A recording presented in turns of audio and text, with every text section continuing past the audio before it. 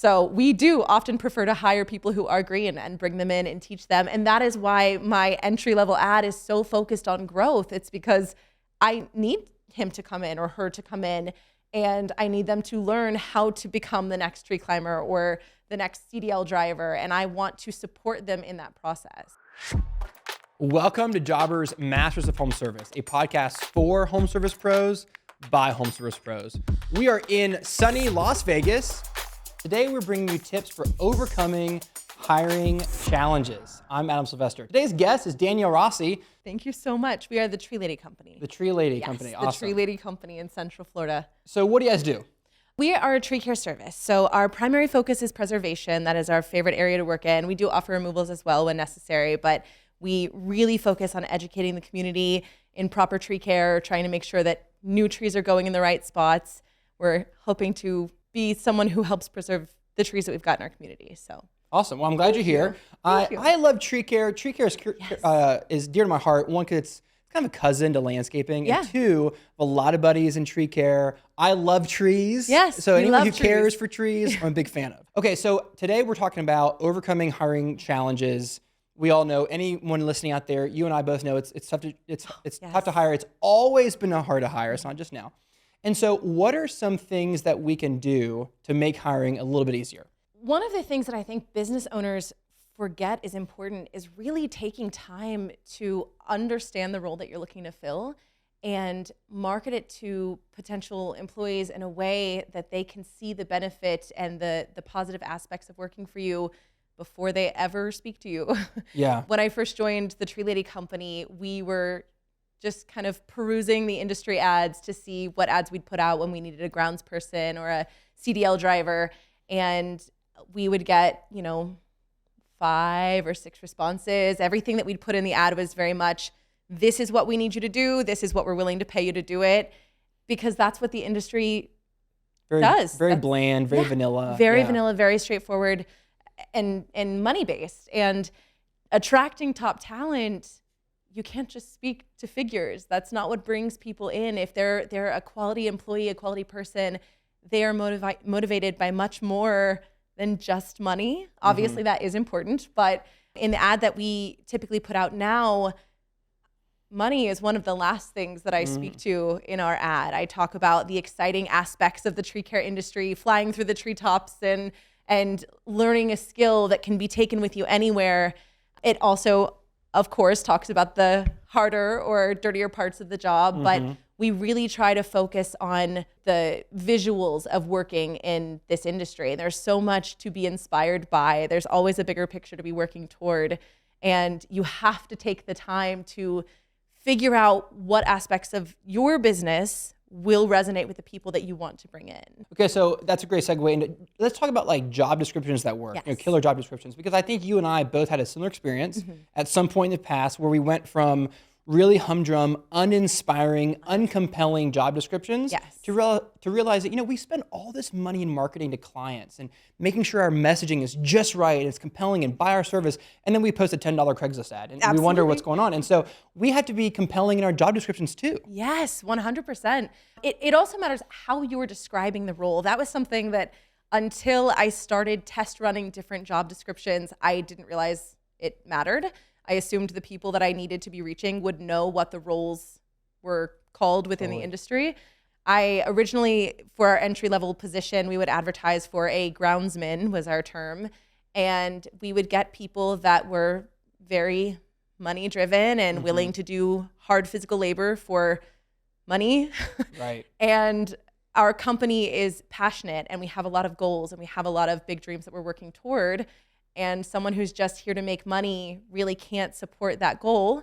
So the first trial I did was switching the verbiage to an arborist apprentice, which you have to be careful not to advertise an apprenticeship if it is not a registered apprenticeship. So we made it very clear in all of our ads, this is an in-house apprentice program, but we wanted everyone coming in to know you're not coming in here just to rake yards. You're coming in here to learn and to grow and to become someone in this industry that can push these goals further.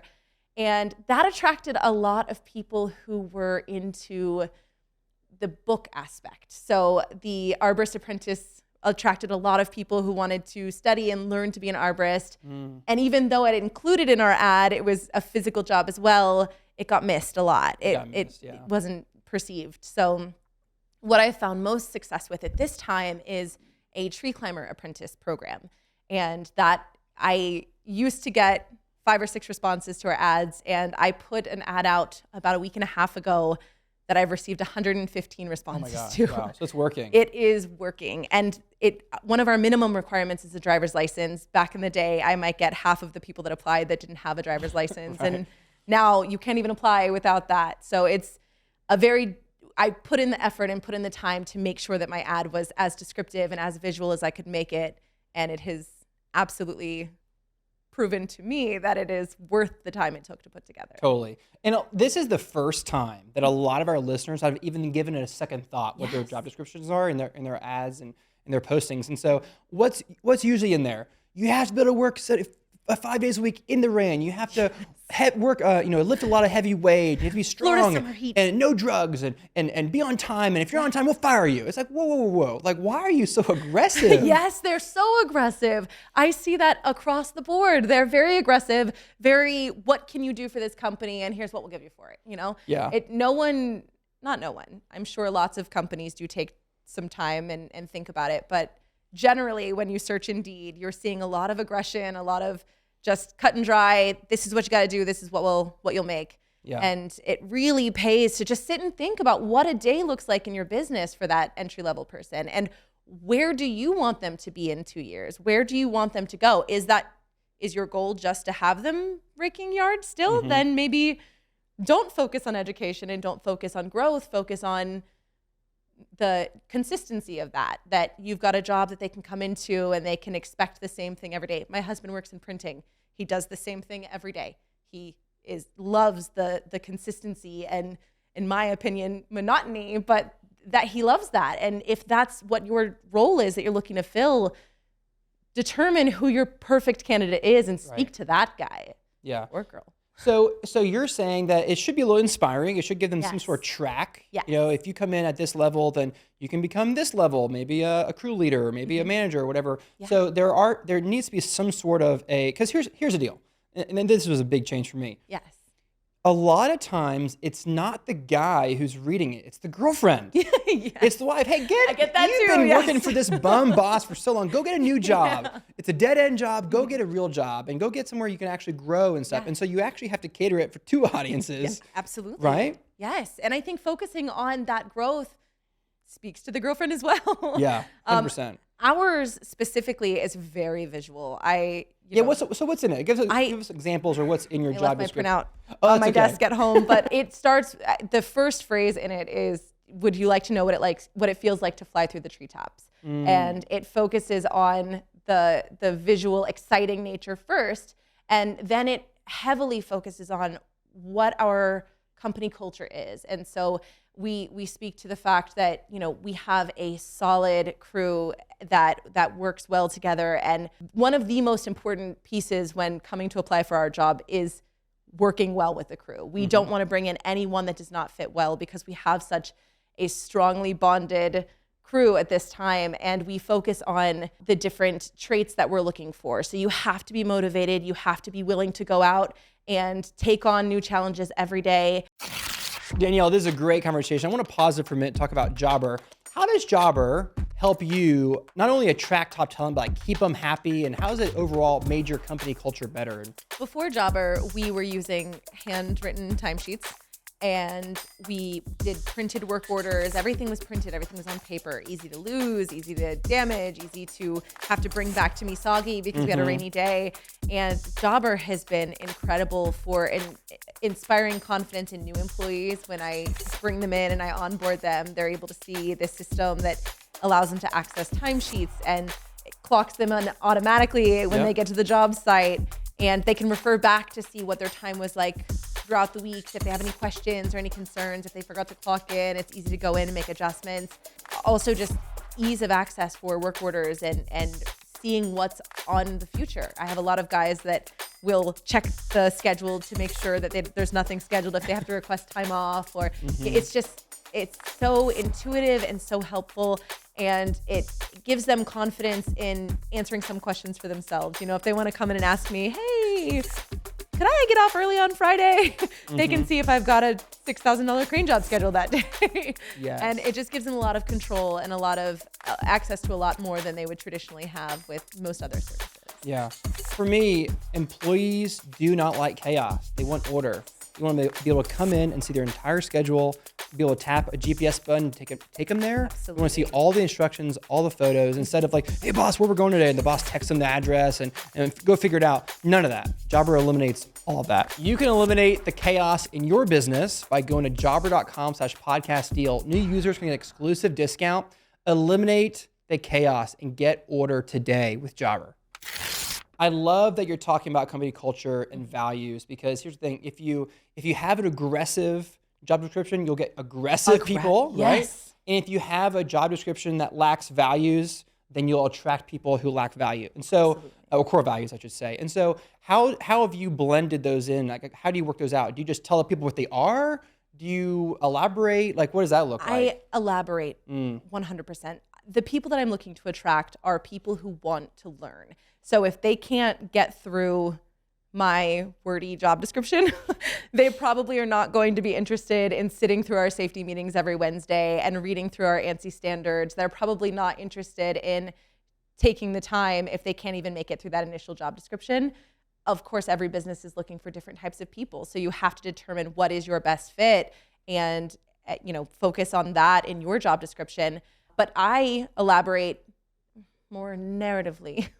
So I do have our core values listed out, but more than that, I describe what a day looks like for us and how our team works together and how they're going to be stepping into the role that I'm looking to have filled.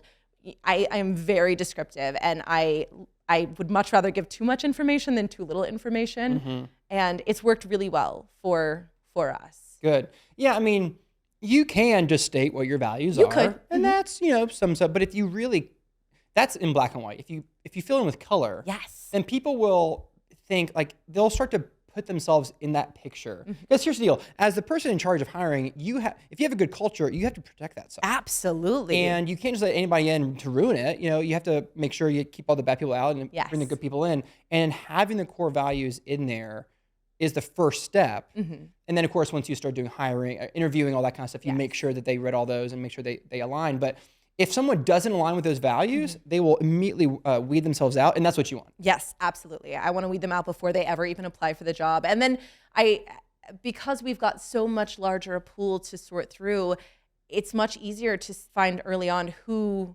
fits well. Even in the initial phone call, our first step is making sure that they're approved to drive through our insurance. So I receive an application. My first call is to say, hey, we received the application. We'd love to talk with you further. Our first step is getting you approved with our insurance company. I'll know in that first phone call, if half of the time, if they are someone who is going to be enthusiastic about our vision, or someone who is just kind of applying for any job they can get. And I think because our listing is so narrative and so descriptive, if you're not excited about reading it, you're not really excited about applying for us. You're just looking to put another resume out. What are some of the common things that pretty much everyone we hire really cares about X, Y, and Z? Like in the tree care, things that they might have had bad experiences with other companies, like things they really care about. What do tree people really care about? What are they looking for in a job description? I'm curious what those are. The industry as a whole attracts people who like money.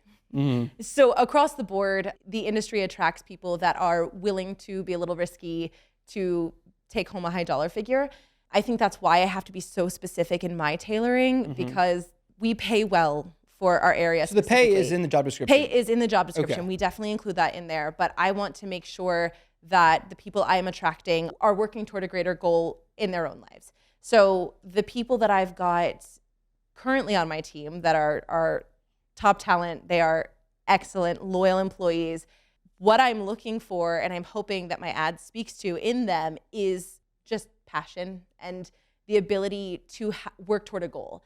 It's difficult to speak for the industry and then speak for what we're looking to attract, because they don't really coincide.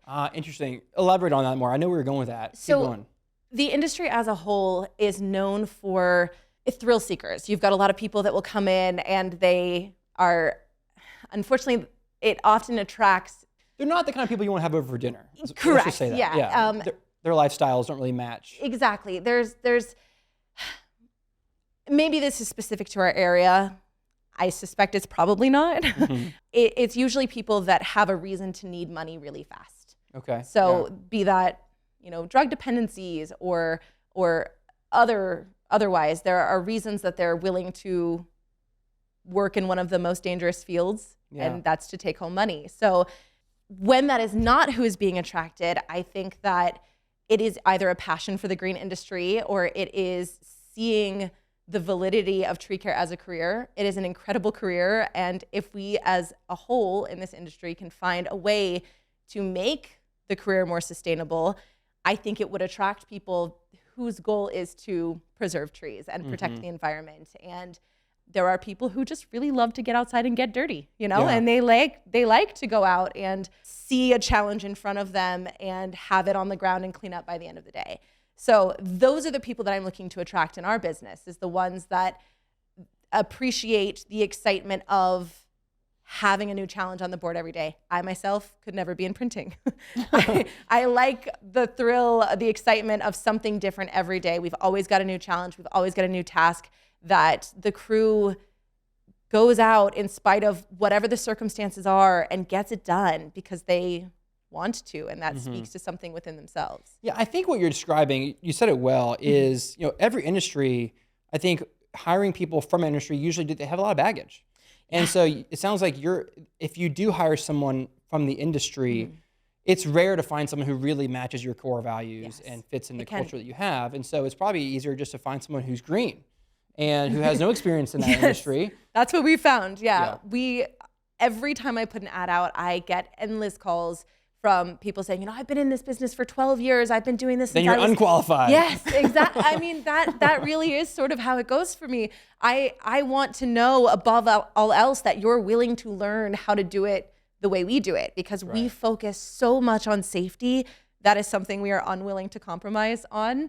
And especially in our area specifically, safety is not usually the primary focus. It's getting the job done. And we do not ever want, it's already one of the most dangerous fields you could be in. We do not ever want to cut a corner. We do not ever want to take unnecessary risks, because when you're doing everything right, it's still dangerous. So we do often prefer to hire people who are green and bring them in and teach them. And that is why my entry-level ad is so focused on growth. It's because I need him to come in or her to come in, and I need them to learn how to become the next tree climber or the next CDL driver, and I want to support them in that process. Yeah, it sounds like your job description, subtle, but it's true. It's not geared towards people who've been doing this for 15 years. It's geared towards the green. Danielle, I want to talk about, because you mentioned the pay is included, which is obvious. It's got to be in there. But it's not just pay. There's other compensation. There's other benefits to working here. For me, it's like we have nice uniforms. People like having uniforms, things like that. Do you include that kind of stuff? I skim it in the initial job listing. I do not elaborate on the additional perks. I am not looking to sell myself to any candidate that's interested. I'm looking to find the right fit. So I usually don't really elaborate on the benefits that we offer until they're sitting in front of me in their interview. And once I've determined that they would be a good match for us and they would be a good fit for our company, that's when I usually go into the benefits that we offer. Okay, interesting. So once you're in that meeting, in the interview with them, give me some examples. What are those? For your company specifically, what are some of those benefits? So we're still growing, and unfortunately, we've not made it to the point where we can offer health insurance and 401ks, which I'm absolutely working toward, and I hope to be there soon. But we do offer paid time off. We have 6 paid holidays a year. After the first year, they've got 1 week paid vacation.